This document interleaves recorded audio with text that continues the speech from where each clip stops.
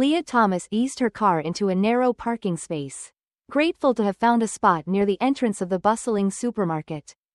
It was a Saturday evening, and the lot was a sea of vehicles, each driver preoccupied with errands that hinted at weekend plans or routines.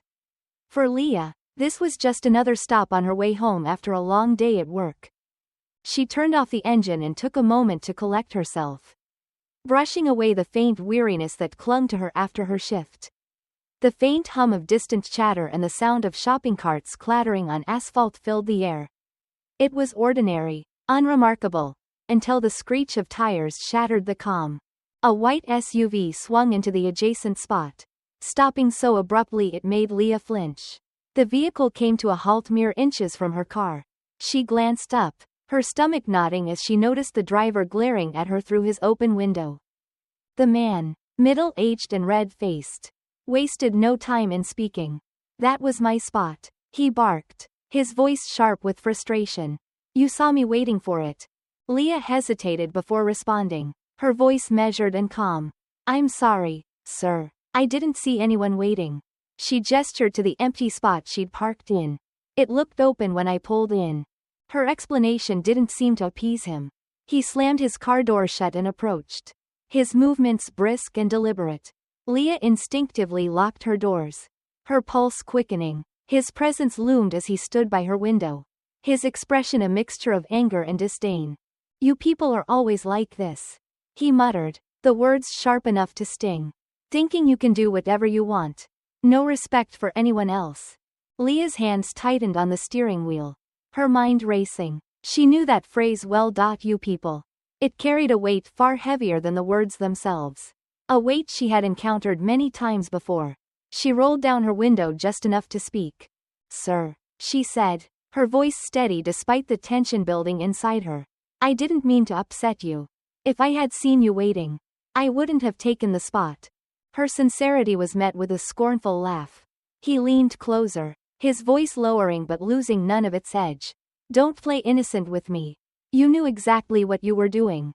Around them, the parking lot buzzed with activity. Shoppers moved to and from their cars, some pausing to glance curiously at the escalating scene. Leah felt their eyes on her but noticed no one intervening.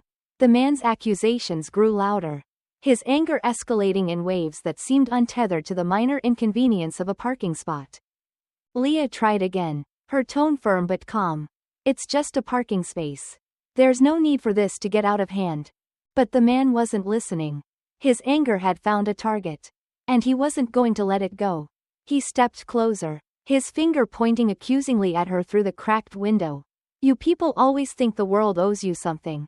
Well, not today." Leah's chest tightened. She considered stepping out of the car to de-escalate the situation but decided against it. There was something in his demeanor, an undercurrent of hostility, that made her think he wouldn't back down no matter what she said. "Look," she said evenly, "I'm not trying to cause trouble. Let's just leave it at that." Her attempt at diplomacy only seemed to fuel his anger. His face twisted into a sneer, and his voice grew louder. "Trouble? You don't even know the meaning of the word." The tension reached a boiling point when the man raised his hand and slapped the window of her car, the sound reverberating like a shot. Leah flinched, her heart pounding. A crowd had started to form, their murmurs blending into the background. She felt cornered, trapped not just by his aggression but by the weight of the moment. She took a deep breath, her resolve hardening. Slowly, she rolled the window back up, shielding herself from his words, his anger, and the humiliation that threatened to creep into her. Without looking at him again, she grabbed her bag, unlocked her car door, and stepped out. She kept her head high, her movements deliberate. "I'm going inside now," she said quietly. "I suggest you do the same." For a moment, the man seemed stunned by her calmness, his tirade faltering, but as Leah walked away, she could feel his gaze burning into her back. She didn't look back. The whispers of the onlookers followed her into the supermarket, but she pushed them aside, focusing instead on the items she needed to buy. Inside, the bright lights and mundane hum of the store offered a stark contrast to the hostility she had just endured. Leah moved down the aisles with a quiet determination, her hands trembling slightly as she picked up a loaf of bread and a carton of milk. The confrontation played on a loop in her mind, each word echoing louder than the last. She paused for a moment in the produce section, staring blankly at a display of apples. A wave of anger washed over her, not just at the man but at the system of thought that had emboldened him to act as he did. It wasn't just about a parking spot. It was about something deeper. Something she had faced too many times before. Leah closed her eyes and took a deep breath. This wasn't over, she told herself. But for now, she needed to stay calm. For now, she needed to keep moving forward. As she headed to the checkout line, the anger began to settle into something else. Resolve. This incident, like so many others, wouldn't define her. It would only strengthen her determination to stand tall, no matter how many obstacles were placed in her path. Leah stepped out of the supermarket, her shopping bag held tightly against her side. The evening air was cooler now, a slight breeze rustling the leaves of nearby trees. The glow of the parking lot lights reflected off rows of cars. And for a moment, the world seemed to have returned to its usual rhythm. But as Leah approached her car, the sense of normalcy dissolved. Her footsteps slowed, and her heart sank when she saw it. Deep, jagged scratches marred the length of her car's passenger side, the once shiny paint now defaced by angry, deliberate lines. She stopped in her tracks, the bag slipping slightly in her grasp. The damage wasn't subtle. Someone had taken a sharp object and dragged it along the car, carving their anger into the metal like a signature. Leah didn't need to guess who was responsible. A wave of emotions crashed over her. Frustration, sadness, anger. She took a deep breath, trying to steady herself as she placed her bag on the hood and ran her fingers along the deep grooves. The cool metal felt foreign now, no longer a symbol of her hard work but a canvas for someone else's hatred. Across the lot, she spotted the white SUV parked a few rows away. The man from earlier was sitting in the driver's seat, his posture casual as if nothing had happened. He tilted his head slightly when he noticed her looking, a smug smirk spreading across his face. He wasn't hiding. If anything, he seemed to enjoy her visible distress. Leah clenched her jaw and looked away, refusing to give him the satisfaction of her reaction. She reached into her bag and pulled out her phone, the device trembling slightly in her hand. This wasn't just about the car. It was about the principle. About standing up against this unwarranted hostility. She dialed the police, her voice steady despite the anger simmering beneath. "I'd like to report an incident," she began, detailing the confrontation and the vandalism. The dispatcher assured her that officers would arrive shortly and asked her to stay near her car. Hanging up, Leah exhaled deeply and leaned against the hood, her mind racing. The parking lot, once bustling, now seemed eerily quiet. A few shoppers passed by, their curious glances lingering on the scratches before they moved on. Leah felt their unspoken judgment, their silent questions. She hated that the burden of explaining, of justifying, always seemed to fall on her. It wasn't long before the sound of sirens broke the stillness. 2 police cruisers pulled into the lot, their lights flashing in the dark. Leah felt a flicker of relief as the officers stepped out, their presence bringing a semblance of order to the chaos swirling in her mind. One of the officers, a middle-aged man with a calm demeanor, approached her. "Are you the one who called?" he asked. His voice measured. "Yes," Leah replied, motioning toward her car. "That man over there." She pointed discreetly toward the SUV. "He confronted me earlier over this parking spot. When I came out of the store, I found my car like this." The officer nodded, taking notes as Leah recounted the events. She kept her tone steady, laying out the details clearly. The argument, the slap of his hand on her car window, his sharp words. She avoided embellishments, knowing the truth was damning enough. The second officer walked toward the SUV, his partner's presence a silent shield for Leah. She watched as the man stepped out of his vehicle, his posture relaxed, his expression one of exaggerated innocence.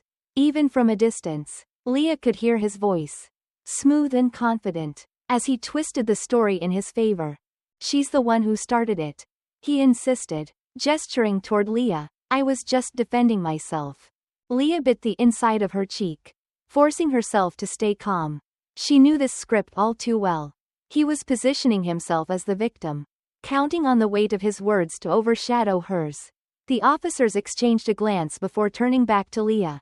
"Do you remember if anyone else saw what happened?" one of them asked. Leah shook her head. There were people around, but no one stepped in. There might be security cameras, though. She gestured toward the supermarket. If they caught anything, it should be clear who's telling the truth. The officer nodded. "We'll look into that." As they continued their investigation, Leah stood quietly by her car, the cool night air doing little to ease the heat of her frustration. The man's calm arrogance, his smug demeanor. It all spoke of someone who had done this before and gotten away with it. Minutes passed, and the officers returned, their expressions unreadable. "We've seen the scratches," one of them said, his tone measured. "We'll be filing a report for property damage and taking steps to investigate further." Leah nodded, her resolve hardening. "I want to press charges," she said firmly. The officer glanced toward the SUV, where the man now sat with a defiant scowl. "We'll handle it from here," he assured her. "For now, we recommend you document the damage and keep any receipts for repairs. If there's footage from the cameras, it will help strengthen your case." Leah thanked them, her voice quieter now, and watched as they approached the man once more. His protests grew louder, his tone sharper, but the officers remained unmoved. They questioned him briefly before signaling for him to stay put. As the police cars pulled away, leaving Leah with her thoughts and her damaged vehicle, she felt a mix of emotions. Relief that the wheels of justice had begun turning, but also a lingering weight. The knowledge that this wasn't just about the scratches on her car. It was about a system that allowed people like him to believe they could act without consequence. Leah placed her bag in the trunk, her movements deliberate. As she slid into the driver's seat, she caught a glimpse of her reflection in the rearview mirror. Her face was calm, her eyes steady. This was far from over. But Leah knew one thing for certain: she wasn't backing down. Not this time. Leah sat in the waiting room of the police station, the institutional beige walls around her a stark contrast to the whirlpool of emotions churning inside. The murmur of distant conversations and the clatter of keyboards filled the space, a steady backdrop to her thoughts. Her fingers fidgeted with the strap of her bag, the only outward sign of her unease. It wasn't her first encounter with prejudice, but each instance carved a fresh wound. This time, it wasn't just the words, the sneer, or the slap. It was the deliberate act of vandalism on her car. It felt personal, as though the man wanted to leave a permanent mark on her. Not just on her property but on her spirit. She inhaled deeply, holding the breath for a moment before letting it out slowly. This wasn't a moment to falter. She had come here to make her voice heard, to push back against the silent complicity that allowed these actions to persist. An officer appeared in the doorway, his uniform neat, his expression neutral but approachable. "Ms. Lewis?" he called. Leah stood, smoothing her skirt and clutching her bag. "Yes, that's me. This way, please," he said, gesturing toward a small interview room down the hall. She followed him, her steps measured but steady. The room was sparse, containing only a table and a few chairs. A folder rested on the table, its presence a reminder of the official weight of what had happened. The officer motioned for Leah to sit, then took the seat across from her. "Thank you for coming in today," he began, his tone calm and professional. "I understand this has been a difficult experience.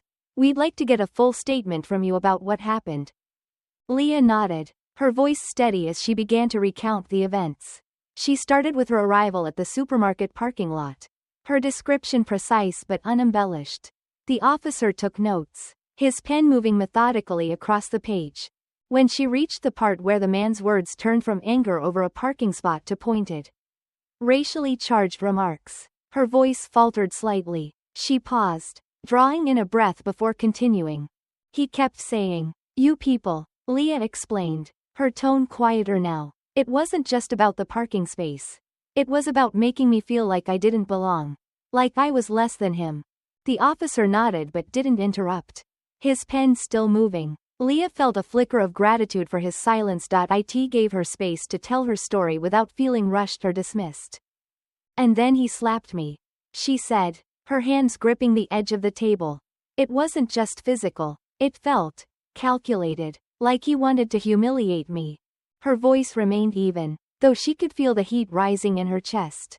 She refused to let her emotions cloud her clarity. The facts alone were powerful enough. The officer looked up, his expression thoughtful. You mentioned earlier that you slapped him back. He said gently. Can you explain what happened in that moment?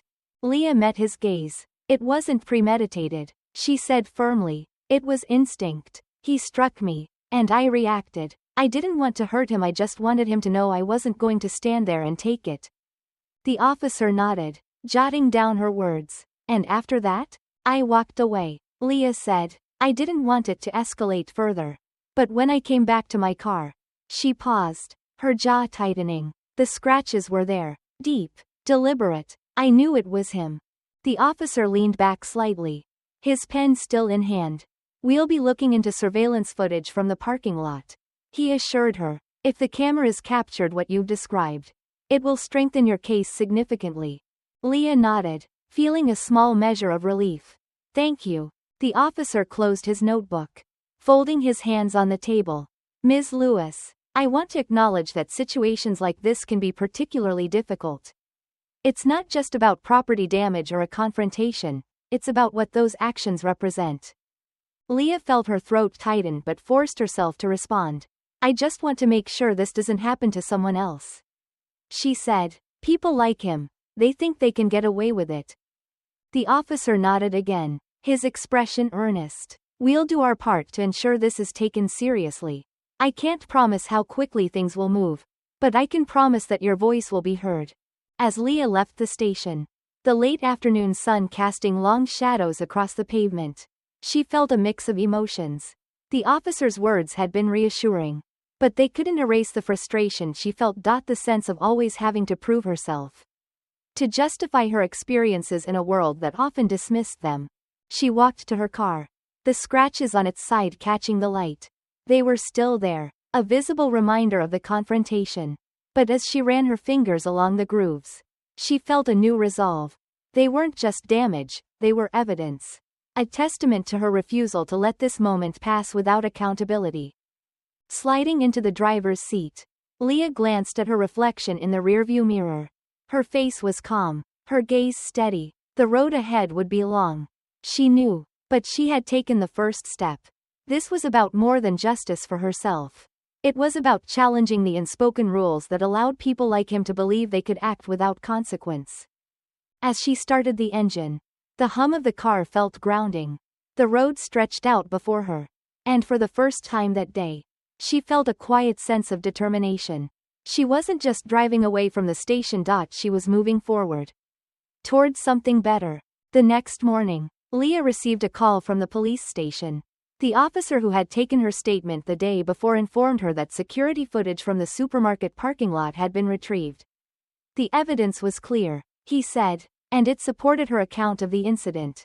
Leah thanked him, her voice steady but restrained. Hanging up the phone, she sat for a moment in her small kitchen, sunlight filtering through the curtains. The knowledge that her story was validated brought a measure of relief. But it also carried a heavy weight. It wasn't just about proving herself right, it was about confronting the deeper implications of what had happened. By mid-afternoon, Leah found herself back at the police station, where she was shown the footage. The grainy video played out on the screen, showing the white SUV pulling aggressively into the lot and the man stepping out. His body language confrontational from the start. The camera captured the escalation of the argument. His slap, her instinctive retaliation. And finally, the deliberate vandalism of her car. The officer paused the video. Turning to Leah, this will be submitted as evidence, he said. It's strong. His actions are clearly documented. Leah nodded, her eyes fixed on the frozen frame of the man walking away from her car. The key still in his hand. It's hard to watch, she admitted quietly, not just because of what he did, but because I know he thought he could get away with it. The officer leaned back in his chair, his expression thoughtful. Unfortunately, people like him often assume there won't be consequences, he said, but that's why it's important you came forward. As she left the station, Leah felt a small but significant shift in her resolve. The footage wasn't just evidence, it was a mirror. reflecting the stark reality of how prejudice could manifest in the mundane spaces of everyday life. A parking lot. A supermarket. These weren't grand stages of history. They were the unremarkable corners where humanity was tested in quiet, often unnoticed ways. In the following days, Leah began to notice the ripple effects of the confrontation. News of the incident spread, particularly after a few witnesses came forward to corroborate her account. At first, she felt exposed, as though the details of her private pain had been laid bare for public scrutiny. But as more people reached out, neighbors, co-workers, even strangers, she began to see another side of it. One evening, Leah sat on her porch, sipping tea as the late summer air cooled. A neighbor, Mrs. Caldwell, approached hesitantly, her hands clutching a small plate of cookies. "Leah," the older woman said softly, her voice trembling slightly, "I heard about what happened. I just wanted to say how sorry I am that you had to go through that." Leah set her cup down, touched by the woman's kindness. "Thank you, Mrs. Caldwell," she said. "That means a lot." Mrs. Caldwell hesitated, her brow furrowed. "You know," she began, "when I was a girl, my parents taught me to stay quiet about things like this. They'd say, 'It's not your fight,' but seeing what you've done, speaking up, it's brave. And it's the right thing." Leah smiled faintly. "Sometimes it doesn't feel brave," she admitted. "It just feels necessary." The older woman nodded, her eyes glistening. "Well, it's made me think about my own silence over the years. Maybe it's time I stopped staying quiet."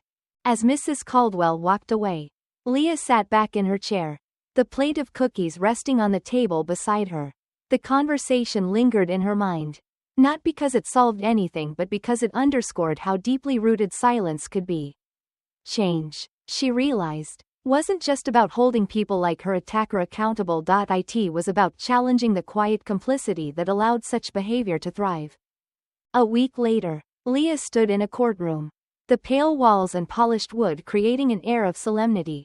The man, Mr. Whitaker, she now knew, sat at the defense table, his expression a mixture of defiance and unease.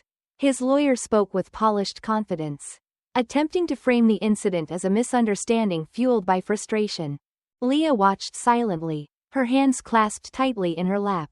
When it was her turn to speak, she rose, her movements measured, standing at the witness stand. She recounted the events again, her voice calm but resolute.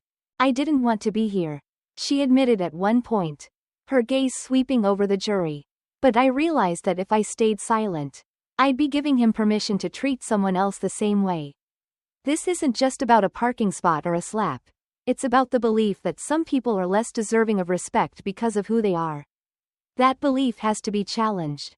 Not just for me but for everyone." Her words hung in the air, the quiet weight of them pressing against the room. As she stepped down, she caught a glimpse of Mr. Whitaker's face. For the first time, his defiance seemed to waver. That evening, Leah returned home, the dim light of dusk casting long shadows across her living room. She felt drained but also quietly affirmed.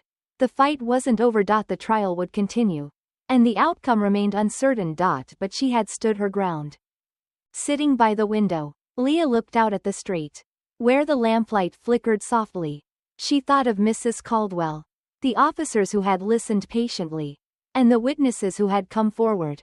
Change, she realized, didn't come in grand, sweeping gestures. It came in the accumulation of small acts, of speaking up, of refusing to look away, of choosing courage over comfort. Leah took a deep breath, her gaze steady. She didn't know what the coming days would bring, but she knew one thing for certain: she wouldn't face them in silence. The courtroom was quiet, a low murmur of voices fading as the judge entered. Leah sat at the plaintiff's table, her hands folded on the polished wood. The past days had felt like a blur, police reports, witness statements, and legal procedures filling every moment. But today, she felt the full weight of the confrontation pressing down on her. It wasn't just a trial, it was a test of her resolve. Across the room, Mr. Whitaker sat rigidly, his lawyer leaning in to whisper something. His face was blank, but Leah could see the tension in his jaw, the tight set of his shoulders. It was a face she'd seen before. Not just on him but on others who had acted out of entitlement and anger. It was a mask, one that tried to conceal the cracks of uncertainty beneath. As the proceedings began, the prosecutor presented the surveillance footage from the supermarket parking lot. The grainy video played on a large screen, capturing every detail. The aggressive way Mr. Whitaker had approached Leah. His words, the slap, and her instinctive response. The scratches on her car were visible too. Stark evidence of his vindictiveness. The room was silent as the video ended, the weight of the moment hanging heavy. Leah kept her gaze steady, resisting the urge to look at the jury. She didn't want to search their faces for signs of agreement or doubt. Instead, she focused on her own breathing, steadying herself for what came next. During a recess, Leah found herself standing by a window in the courthouse, looking out at the city streets below. The hum of distant traffic was oddly soothing, a reminder of life moving on outside these walls. She thought of her mother, who had called that morning with quiet encouragement. "You don't just stand up for yourself," her mother had said. "You stand up for all the times we couldn't." Leah had carried those words with her into the courtroom, a quiet refrain that gave her strength. She thought of her grandmother, who had grown up in a time when speaking out could mean losing everything. And yet, even then, her grandmother had found small ways to resist. In the way she taught her children to walk with pride. In the stories she told about dignity and resilience.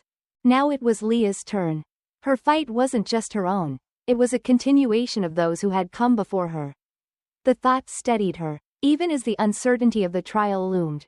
When the session resumed, Mr. Whitaker's lawyer began his cross-examination. He spoke with a polished air, his tone measured but probing. He tried to frame the incident as a misunderstanding, a moment of poor judgment on his client's part.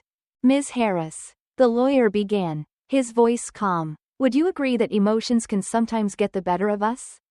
That in heated moments, people don't always act rationally?" Leah met his gaze evenly.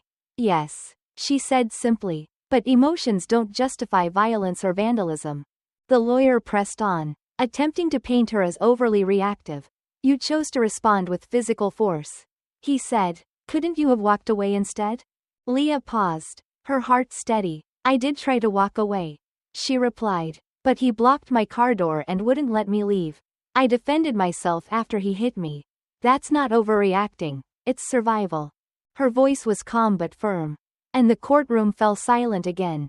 Leah's words carried a quiet weight, each one landing with precision. That evening, Leah returned home to her small apartment. She set her keys on the counter and sank into the couch. The day's tension finally catching up with her. The quiet of her home was a stark contrast to the charged atmosphere of the courtroom. She felt both relief and exhaustion, a strange mixture of pride and weariness. As she sat in the dim light, Leah thought of the faces she'd seen in the courtroom. The jurors, the judge, the spectators. She wondered what they had taken from the day, what they thought as they watched the video or listened to her testimony. Did they see her as a victim, a fighter, or simply as a person caught in a situation they hoped never to encounter themselves? Leah didn't have the answers, but she reminded herself that she couldn't control their perceptions. All she could do was speak her truth, to stand firm in the face of doubt or dismissal. The next day, as Leah walked into the courthouse, she passed by a small group of people waiting outside. Among them was a young woman who caught her eye. She was holding a sign that read, "Justice for all." Their eyes met briefly, and the woman gave Leah a small nod, her expression one of quiet solidarity. It was a small gesture, but it warmed Leah's heart. It reminded her that she wasn't alone in this fight, that there were others who saw what was at stake. This wasn't just about her or Mr. Whitaker. It was about challenging the quiet, insidious ways prejudice crept into daily life. As Leah stepped into the courtroom, she felt a renewed sense of purpose. The trial was far from over, but she was ready to face whatever came next. She wasn't fighting just for herself, she was fighting for the right to exist with dignity, free from the shadows of hate. And for the first time in days, Leah felt something close to peace. The courtroom was still, the kind of silence that seemed to press against Leah's chest. The judge's gavel had not yet fallen to mark the beginning of the day, but the tension was already palpable. Leah sat at the plaintiff's table, her hands resting lightly on the polished wood.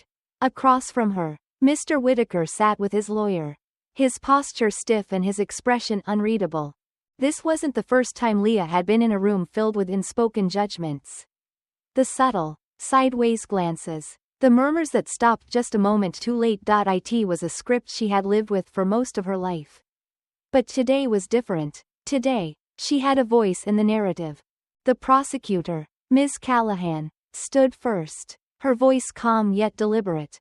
She reviewed the evidence, methodically outlining the events, the altercation in the parking lot, the surveillance footage showing Mr. Whitaker's actions, and the vandalism to Leah's car. Callahan's approach wasn't dramatic but precise, each point landing like the slow beat of a drum. This case is about more than a parking dispute, she concluded, turning to face the jury. It's about accountability and ensuring that actions rooted in anger and prejudice have consequences. The jury listened, their expressions guarded but attentive. Leah studied their faces briefly before lowering her eyes to her lap. She didn't want to overanalyze their reactions. Instead, she focused on steadying her breath, grounding herself for what would come next. When it was Mr. Whitaker's turn to testify, Leah felt a familiar pang of discomfort. He approached the witness stand with a measured stride, his expression carefully composed. His lawyer began questioning him, guiding him through a narrative meant to evoke sympathy. "I admit I was frustrated," Mr. Whitaker said, his voice carrying a slight tremor, as though the memory pained him. "It had been a stressful day, and I acted in the heat of the moment. I regret my actions, but I never intended to harm anyone." Leah felt her jaw tighten. The calculated softness in his tone contrasted sharply with the venom he had shown in the parking lot. She resisted the urge to fidget, keeping her expression neutral as his testimony continued. His lawyer leaned closer to the jury, speaking with a polished sincerity. "My client is not a violent man. He's a father, a husband, someone who simply lets his emotions get the better of him. We all have moments we're not proud of. Do we not?" The words lingered in the air, casting a shadow over the truth Leah had worked so hard to illuminate. She knew this was part of the process, the art of persuasion playing out in real time. Still, it stung to see Mr. Whitaker attempt to recast himself as the victim of his own temper. When Leah was called to the stand, she felt the weight of every eye in the room. She took a steadying breath as she rose, her heels clicking softly against the floor. The chair creaked slightly as she sat. The microphone adjusted to her height. Ms. Callahan approached, her demeanor calm but supportive. "Ms. Harris," she began, her voice steady, "can you recount, in your own words, what happened that evening in the parking lot?" Leah nodded, her hands clasped tightly in her lap.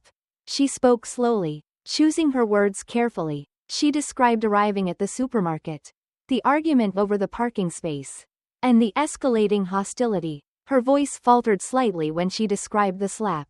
But she pressed on. "I tried to leave," she said, her voice growing steadier. "I didn't want a confrontation.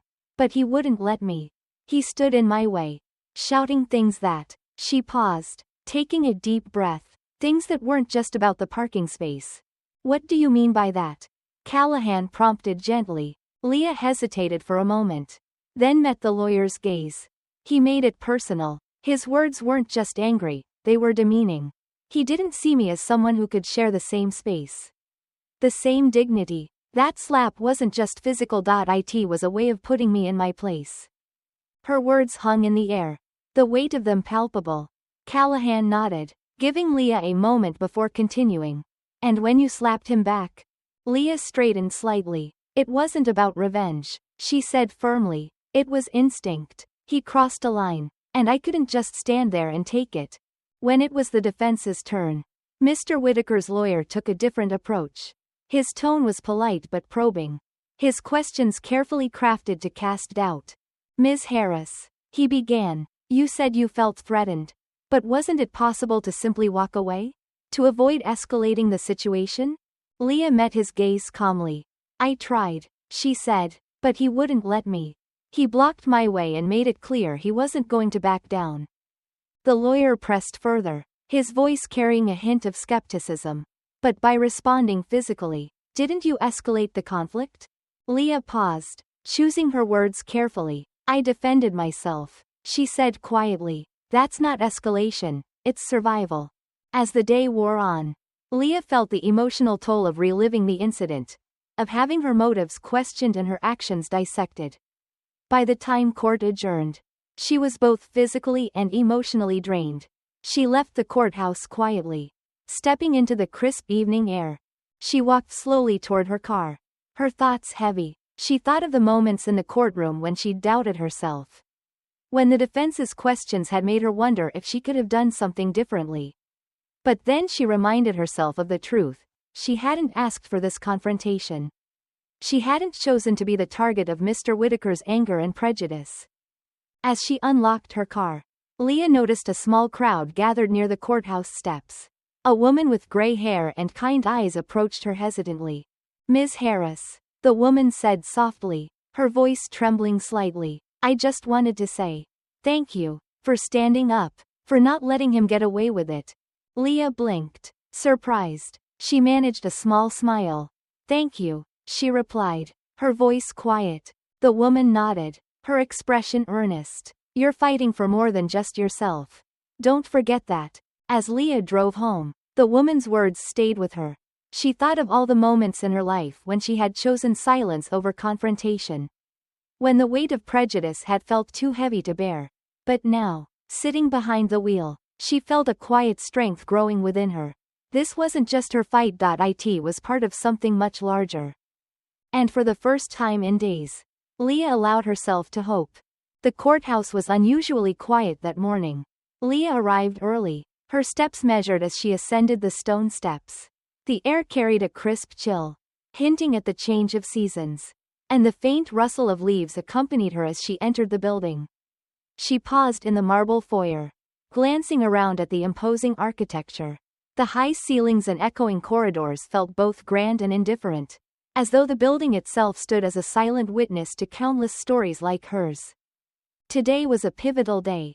Closing arguments would be made, and soon, a jury of strangers would decide if justice would favor truth, or if prejudice and doubt would cloud their judgment. As Leah sat at the plaintiff's table, her lawyer, Sarah Callahan, leaned in. You're doing great, she said softly. Stay calm and focused. The evidence is on our side. Leah nodded, appreciating the reassurance, but the weight of the moment pressed on her. This case had become more than a matter of personal vindication. It was a test of whether her voice, her experience, would be enough to challenge the quiet biases that often went unspoken but still held power. Across the room, Mr. Whitaker sat rigidly, his gaze fixed straight ahead. He looked smaller than he had in the parking lot that evening, though the air of defiance still clung to him. His lawyer shuffled through a stack of papers, his face calm and impassive, a contrast to the tension that hung in the room. The judge entered, and everyone rose. The sound of the gavel brought the room to order, and the final stage of the trial began. Sarah Callahan stood first, her movements deliberate as she approached the jury. Her voice, calm yet firm, carried through the room. Ladies and gentlemen, she began. What happened to Ms. Harris was not an isolated incident. It was a culmination of prejudice, anger, and entitlement. An attack on her dignity as much as on her person. This case is not about punishing a man for having a bad day. It's about accountability. She paused, letting the words settle. Her gaze swept over the jurors, each face attentive, some furrowed with thought. The evidence you've seen and heard, video footage, witness testimony, and Mr. Whitaker's own words, leaves no room for doubt. He acted not out of momentary frustration, but with deliberate hostility, and when confronted with the consequences of his actions, he chose to twist the truth rather than accept responsibility. Sarah's voice softened, though the conviction in her tone remained. Ms. Harris has shown remarkable strength in coming forward, knowing the scrutiny she would face. She stood up not only for herself but for the principle that no one should be subjected to such treatment, regardless of their race, gender, or background. She stepped back, her final words resonating like a bell. Justice, in its truest form, is about recognizing the humanity in each of us. Today, you have the power to uphold that principle. When the defense took its turn, the tone shifted. Mr. Whitaker's lawyer began with an air of casual reason, his voice measured and smooth. My client, he said, gesturing toward Mr. Whitaker, is not a perfect man. But who among us is? He acted impulsively. Yes. He regrets his actions. Yes. But to label him a villain for a single moment of frustration, does that align with the values of fairness and understanding that we hold dear? Leah felt her stomach tighten. She had anticipated this line of argument. The subtle minimization of what had happened. But hearing it still stung. The lawyer's words seemed to reduce her experience to a mere inconvenience. A misunderstanding that should be forgiven and forgotten. The defense leaned into its narrative of Mr. Whitaker as a victim of circumstance, a man overwhelmed by stress. Unfairly vilified for a lapse in judgment. It was a performance designed to evoke sympathy. To redirect the focus away from the deeper truths at play. When it was over, the room fell into a tense silence. The judge gave final instructions to the jury. And they were dismissed to deliberate. Leah watched them file out. Their expressions guarded. She felt a strange mix of hope and apprehension. The truth was on her side. But she knew that truth alone wasn't always enough. Hours passed. Leah waited in a small room with Sarah. The quiet punctuated only by the occasional hum of conversation or the distant sound of footsteps in the hallway. She tried to distract herself, flipping through old texts on her phone. But her mind kept circling back to the trial. Do you think they'll see it? She asked finally. Her voice barely above a whisper. Sarah looked up from her notes. Her expression thoughtful. I think they'll see you. She said. Your honesty. Your resilience. That matters more than anything. Leah nodded, though the knot in her chest didn't loosen. She thought of the countless moments she had doubted herself, wondering if she had done enough. Said enough. To prove her worth and her truth. When the jury finally returned, the courtroom felt smaller, the air heavier. Leah sat motionless, her hands clasped tightly in her lap as the foreperson rose. The judge asked if the jury had reached a verdict. And the reply came swiftly. Yes, Your Honor. The room seemed to hold its breath as the verdict was read. Leah closed her eyes briefly, bracing herself for whatever would come next. On the charge of assault, we find the defendant guilty. A collective exhale swept through the room. Leah felt the tension in her body release, though it was quickly replaced by a wave of emotion, relief, exhaustion, and something quieter, deeper, validation. As the rest of the verdict was read, guilty of property damage as well, Leah allowed herself to breathe more fully. Justice, imperfect and often elusive, had sided with her today. Outside the courthouse, Leah lingered on the steps, watching the city move around her. The noise of traffic, the hum of conversation, the world's indifference. It all felt distant for a moment. A small group of people passed by, some glancing at her with recognition, others offering quiet nods of support. Sarah joined her, placing a reassuring hand on her shoulder. You did it, she said simply. Leah managed a small smile. We did it. But even as she stood there, the weight of the day lifting slightly, Leah knew this wasn't the end. Justice in the courtroom was one step, a significant one. But the deeper work lay ahead. The work of confronting prejudice not just in individuals but in systems. In attitudes. In the unspoken rules that shaped lives. As she descended the steps, Leah resolved to keep moving forward. Not just for herself, but for the countless others who deserved to be seen, heard, and valued. This fight wasn't over. But today, she had won a battle. And that was enough. For now. The days following the verdict unfolded slowly, like the lingering notes of a symphony that had reached its crescendo. Leah returned to her routine. Though nothing about it felt ordinary, she found herself replaying moments from the trial. The courtroom's charged atmosphere still fresh in her mind. The mornings were quieter now. The neighborhood park she often visited after work seemed more inviting. The trees swaying gently in the autumn breeze as if offering solace. Leah walked along the winding paths, her thoughts as scattered as the leaves beneath her feet. For the first time in weeks, she allowed herself to pause, to breathe, and to reflect. The verdict, though a victory, was not a cure-all. It hadn't erased the sting of that slap, the hatred in Mr. Whitaker's eyes, or the weight of his words. those scars remained, less visible but no less real. And yet, Leah felt something shift within her, a quiet strength. A sense of purpose she hadn't known she possessed. The community had noticed, too. A neighbor she'd only exchanged pleasantries with before stopped her outside the grocery store one evening. "I heard about what happened," the older woman said, her voice tinged with both admiration and sadness. "You stood your ground. That takes courage." Leah smiled politely, unsure how to respond. "Thank you," she said finally. "I just did what I thought was right." The woman nodded, placing a hand on Leah's arm. "Sometimes that's the hardest thing of all." Word spread, as it tends to in small neighborhoods. Leah became a quiet symbol of resilience.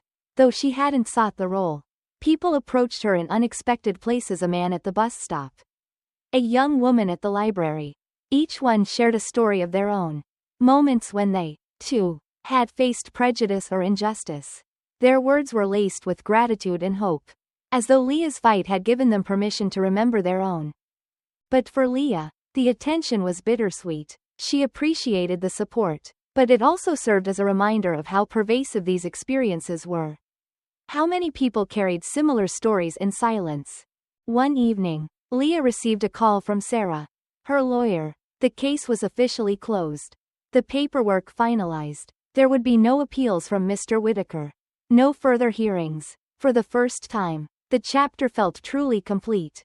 "I hope you're proud of yourself," Sarah said. "You've done something that matters." Leah hesitated, staring out the window at the fading light. "I am," she said after a moment. "But it feels complicated." Sarah's voice softened. "That's normal. Justice doesn't erase what happened, but it gives it meaning. And sometimes, that's enough to move forward."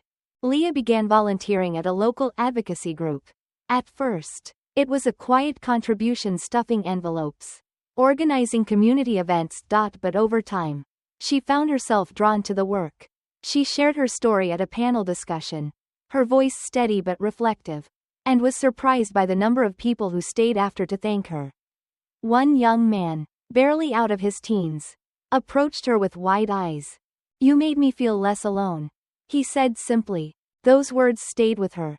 Months passed, and life found its rhythm again. Leah's car, once vandalized, now gleamed with a fresh coat of paint. It was a small thing, but it felt like reclaiming something that had been taken from her.